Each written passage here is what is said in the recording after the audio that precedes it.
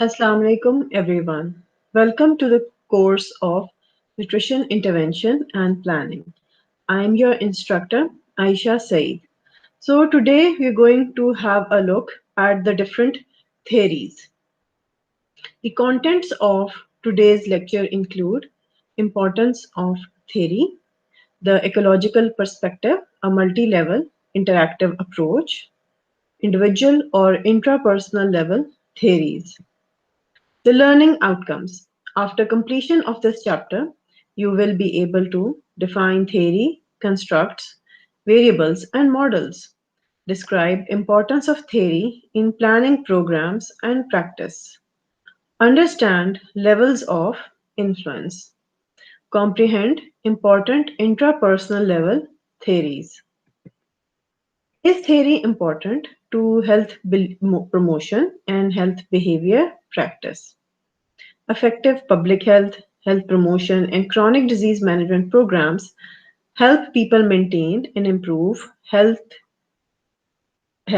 reduce disease risk, and manage chronic illness. They can improve the well-being and self-sufficiency of individuals, families, and organizations. Usually, such successes require behavior change at many levels, example, individual, organizational, and community. Not all health programs and initiatives are equally successful. However, those most likely to achieve desired outcomes are based on a clear understanding of the targeted health behaviors and the environmental context in which they occur. So the programs need to be in context of the environment and the targeted behaviors. Practitioners use strategic planning models to develop and manage these programs and continually improve them through meaningful evaluation. Health behavior theory can play a critical role throughout the program planning process. So, what is a theory? A theory presents a systematic way of understanding events or situations. It is a set of concepts, definitions, and propositions that explain or predict these events or situations by illustrating the relationships between variables. Theories must be applicable to a broad variety of situations. They are, by nature, abstract and don't have a specified content or topic area. The concepts, constructs, and variables, these are three different concepts, are the building blocks, the primary elements of a theory. Constructs are concepts developed or adopted for use in a particular theory. The key concepts of a given theory are its constructs. Variables are the operational forms of constructs. They define the way a construct is to be measured in a specific situation. Match variables to constructs when identifying what needs to be assessed during evaluation of a theory-driven program.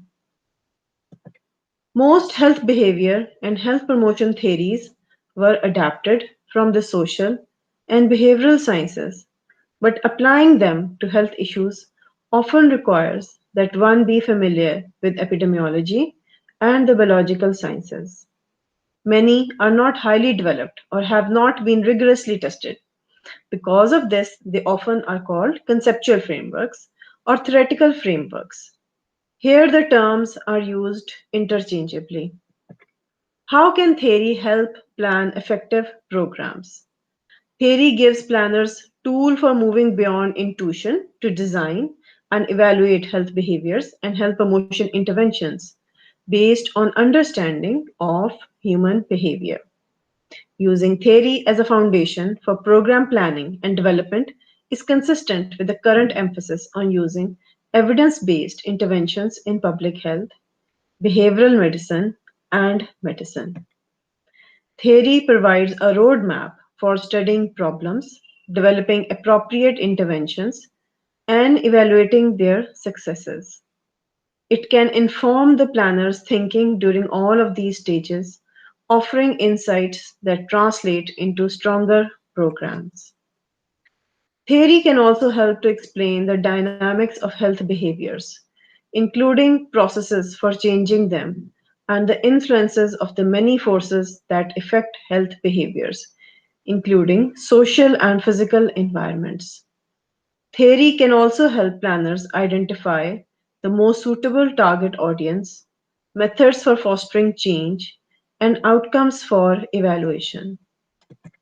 Researchers and practitioners use theory to investigate answers to the questions of why, what, and how health problems should be addressed.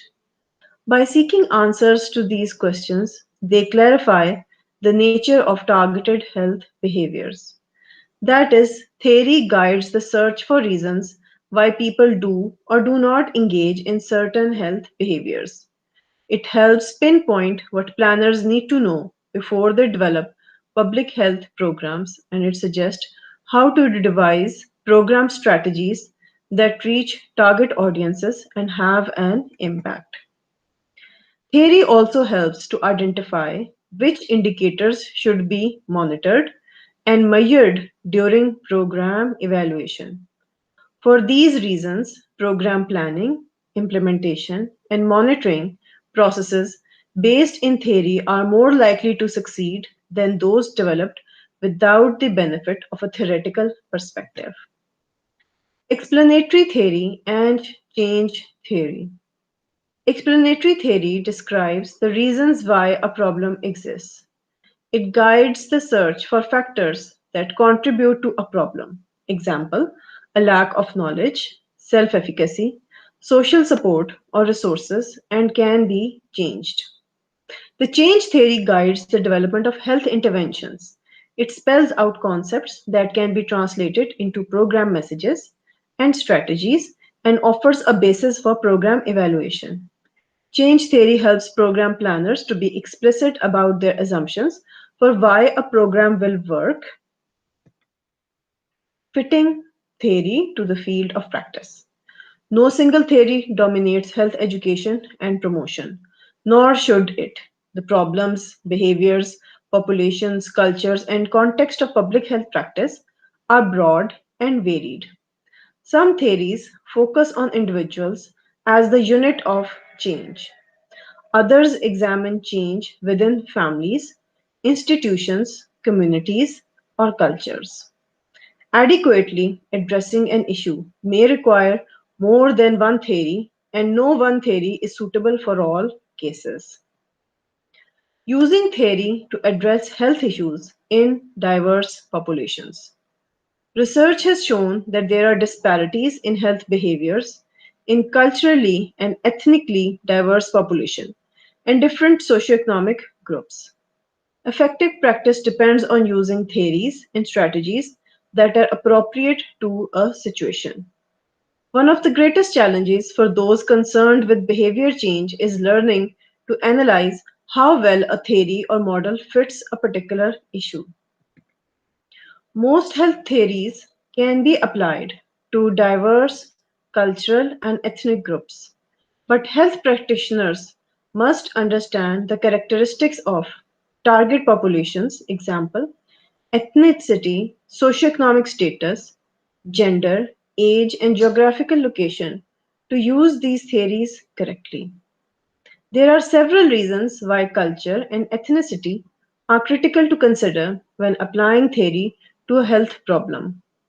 First, morbidity and mortality rates for different diseases vary by race and ethnicity. Second, there are differences in the prevalence of risk behaviors among these groups.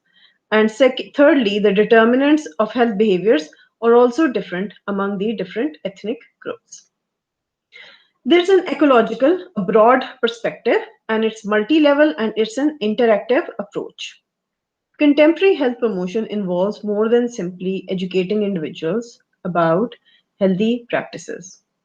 It includes efforts to change organizational behavior as well as the physical and social environment of the communities. So not just only the individual is the focus, the organization, the physical and social environment of the community is also needs to be changed. It is also about developing and advocating policies that support health, such as economic incentives. Health promotion programs that seek to address health problems across this spectrum employ a range of strategies and operate on multiple levels. The ecological perspective emphasizes the interaction between and the interdependence of factors with and across all levels of a health problem. Levels of influence. Before we dive into the types of theories, we must know what are the different levels of influence are. The first is the intrapersonal level, individual characteristics that influence behavior such as knowledge, attitudes, beliefs, and personality traits. Interpersonal level processes and primary groups include family, friends, and peers that provide social identity, support, and role definition. At community level, there can be institutional factors and community factors. Institutional factors, rules, regulations, policies, and informal structures which may constrain or promote recommended behaviors. The community factors may include social networks and norms or standards which exist as formal or informal among individuals, groups, and organizations. Public policy, local, state, and federal policies and laws that regulate or support healthy actions and practices for disease prevention, early detection, control, and management. Each level of influence can affect health behavior. For example, suppose a woman delays getting a recommended mammogram screening for breast cancer. At the individual level, her inaction may be due to fears of finding out she has cancer. At the interpersonal level, her doctor may neglect to tell her that she could get the test, or she may have friends who say that they do not believe it is important to get a mammogram. At the organizational level, it may be hard to schedule an appointment because there is only a part time radiologist at the clinic. At the policy level, she may lack insurance coverage and thus be unable to afford the fee.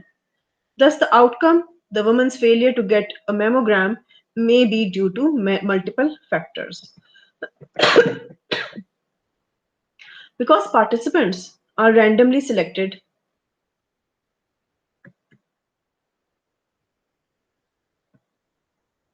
individual or intrapersonal level theories. The individual level is the most basic one in health promotion practice, so planners must be able to explain and influence the behavior of individuals. Many health practitioners spend most of their work time in one on one activities such as counseling or patient education, and individuals are often the primary target audience for health education materials. Because individual behavior is the fundamental unit of group behavior, individual level behavior change theories often comprise broader level models of group, organizational, community, and national behavior. Individuals participate in groups, manage organizations, elect and appoint leaders, and legislate the policy. Thus, achieving policy and institutional change requires influencing the individuals. So, there cannot be institutional policy level change. We have to bring the individual change, then it's going to lead to changes in the other levels. In addition to exploring behavior, individual level theories focus on intrapersonal factors, those existing or occurring within the individual self or mind. Intrapersonal factors include knowledge, attitudes, beliefs, motivation, self concept, developmental history, past experience, and skills. The first is the health belief model. Addresses the individual's perceptions of the threat posed by a health promotion, susceptibility, and severity, the benefits of avoiding the threat, and factors influencing the decision to act, barriers cue to action, and self efficacy. The stages of change. The transtheoretical model describes individuals' motivation and readiness to change a behavior. The theory of planned behavior examines the relations between an individual's beliefs, attitudes, intentions, behavior, and perceived control over that behavior. On the other hand, the precaution adoption process model names 7 stages in an individual's journey from awareness, starting to action or adoption of the behavior. It begins with lack of awareness and advances through subsequent stages of becoming aware, deciding whether or not to act, acting, and maintaining the behavior. The interpersonal level. At the interpersonal level, theories of health behavior assume individuals exist within and are influenced by a social environment. The opinions, thoughts, behavior, advice, and support of the people surrounding an individual influence his or her feelings and behavior, and the individual has a reciprocal effect on those people. The social environment includes family members, co-workers, friends, health professionals, and others. Because it affects behavior, the social environment also impacts the health. The social cognitive theory describes a dynamic, ongoing process in which personal factors, environmental factors, and human behavior exert influence upon each other. According to social cognitive theory, there are 3 main factors affect the likelihood that a person will change a health behavior. First is the self-efficacy, how much that person has the efficacy to adopt that behavior. Then what goals that he sets, and that what outcome expectancies, what value he puts on the outcome, the change, the improvement of health को वो क्या को वो क्या value देता है will determine the change. At the community level, initiatives serving communities and populations, not just individuals, are at heart of public health approaches to preventing and controlling disease. Community level models explore how social systems function and change and how to mobilize community members and organizations. They offer strategies that work in a variety of settings, such as healthcare institutions, schools, work sites, community groups, and the government agencies. Community organization and other participatory models. Community organizing is a process through which community groups are helped to identify common problems, mobilize resources, and develop and implement strategies to reach collective goals. Strict definitions of community organizing assume that the community itself identifies the problems to address and not an outside change agent. Diffusion of innovations. In public health and health promotion, practitioners who want to make efficient use of resources must attend to reach adoption, implementation, and maintenance of programs. It is not enough to develop innovative programs to reduce the burden of cancer. These programs must be disseminated. Diffusion of innovations address how new ideas, products, and social practices spread within an organization, community, society, or from one society to the other. The last is the communication theory among the community theories, community level change describes how different types of communication affect health behavior. Communication theory explores who says what, in what channels to whom, and with what effects. It investigates how messages are created, transmitted, received, and assimilated. The outcomes of media dissemination of ideas, images, themes, and stories are termed media effects.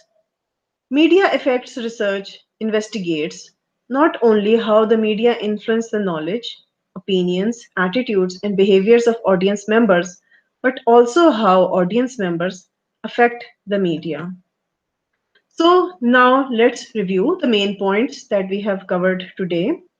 A theory presents a systematic way of understanding events or the situations.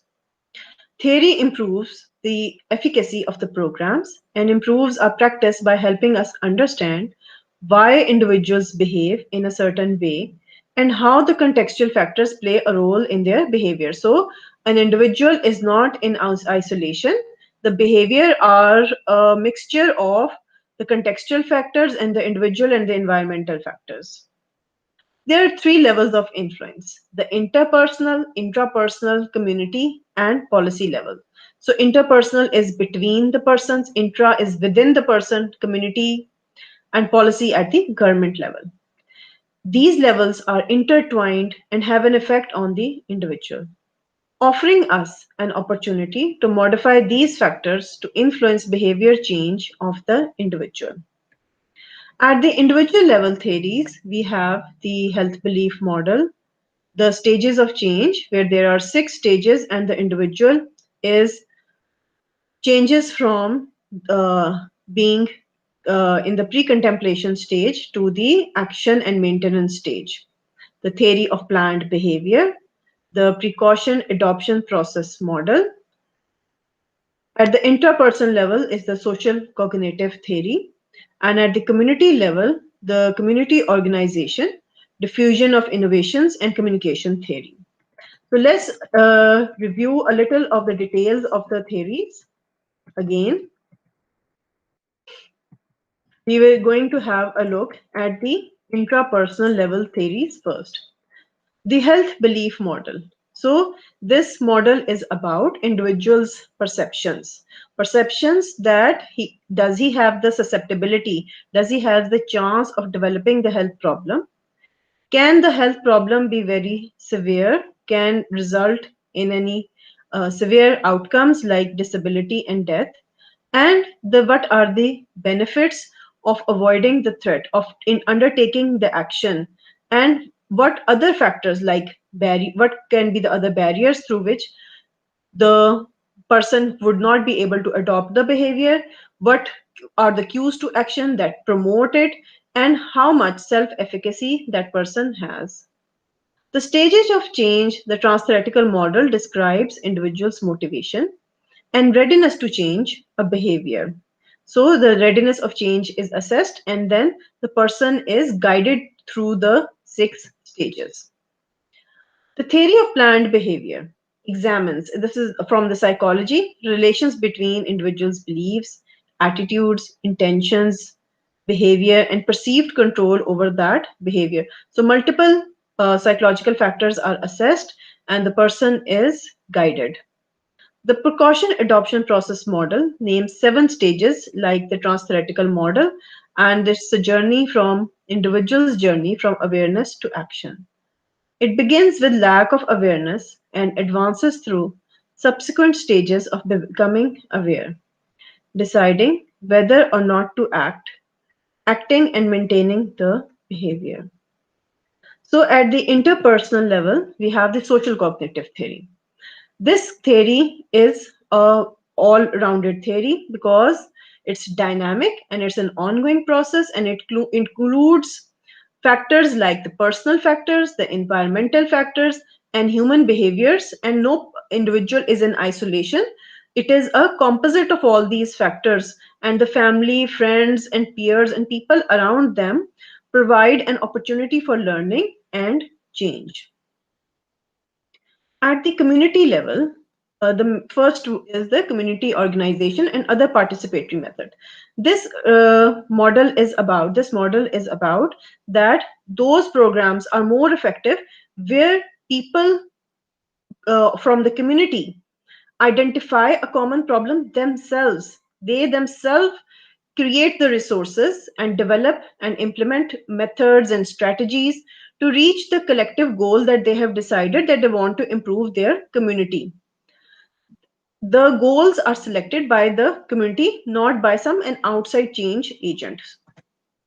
So diffusion of innovations means that new techniques, new ideas, new concepts, they diffuse into people through media, through awareness, through internet.